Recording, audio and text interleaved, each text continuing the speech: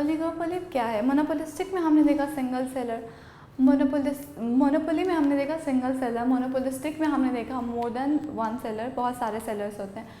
Oligopoly में हम देखते हैं कि एक सेलर से ज़्यादा होते हैं लेकिन फिर भी सेलर्स कम होते हैं, कम ही सेलर्स होते हैं। तो ऐसी ओलिगोपोली जिसमें दो सेलर्स हों उसको हम ड्यूओपोली कहते हैं।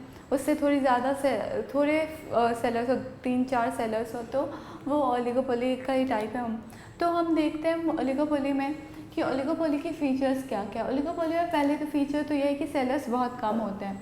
उसके बाद इसमें जो भी प्राइस होता है वो बहुत रिजिड होता है, बहुत मुश्किल से प्राइस चेंज होता है, प्राइस स्टिकी प्राइसेस होते हैं।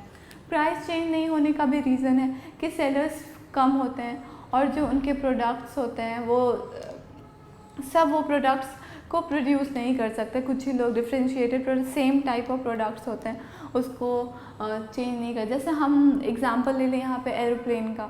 जब आप एरोप्लेन से ट्रैवल कर, जब हम लोग एरोप्लेन देखते हैं सारे सेम ही होते हैं, चाहे एयर इंडिया देखो, इंडिगो देखो, कोई भी हम देखते हैं सेम होते हैं। उनके प्राइसेस में थोड़े बहुत डिफरेंस, प्राइसेस भी सेम होती है। ऐसा इसलिए होता है अगर एक अपनी प्राइस को बढ़ाएगा तो इससे क्या होगा कि जो बायर्स होंगे वो उसके पास नहीं जाके दूसरे के पास, जो अपनी, अगर इसमें सपोज 2 बायर हैं या 3 बायर का हम लेते हैं, उसमें से एक ने बिना सबसे पूछे हुए अपनी प्राइस बढ़ा दी। उसने सोचा प्राइस बढ़ाने पे उससे प्रॉफिट होगी तो वो प्राइस बढ़ा देता है और दूसरे नहीं बढ़ाते हैं। जब वही प्रोडक्ट्स, सेम प्रोडक्ट्स हैं तो इस वही प्रोडक्ट जब हमें कम प्राइस में मिल रहा है तो कंज्यूमर्स उसे कंज्यूम नहीं करेंगे, उनकी डिमांड कम हो जाएगी उस प्रोडक्ट के लिए।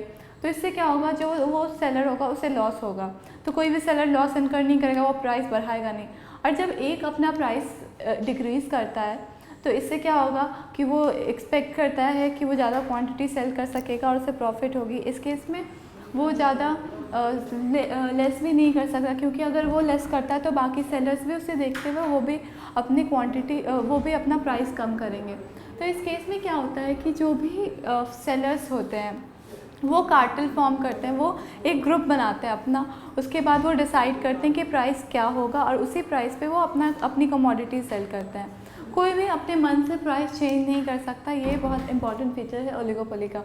उसके बाद इस मार्केट में बहुत बैरियर्स होता है एंट्री और एग्जिट, कोई भी इस मार्केट में एंटर नहीं कर सकता और तुरंत एग्जिट नहीं कर सकता। तो ये सारे थे ओलिगोपोली के फीचर्स।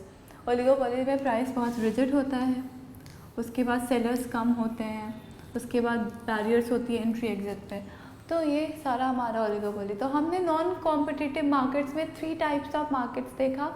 सबसे पहले मोनोपोली, उसके फीचर्स देखे, इक्विलिब्रियम देखा, उसके बाद हमने मोनोपोलिस्टिक देखा, उसके बाद हमने ओलिगोपोली देखा।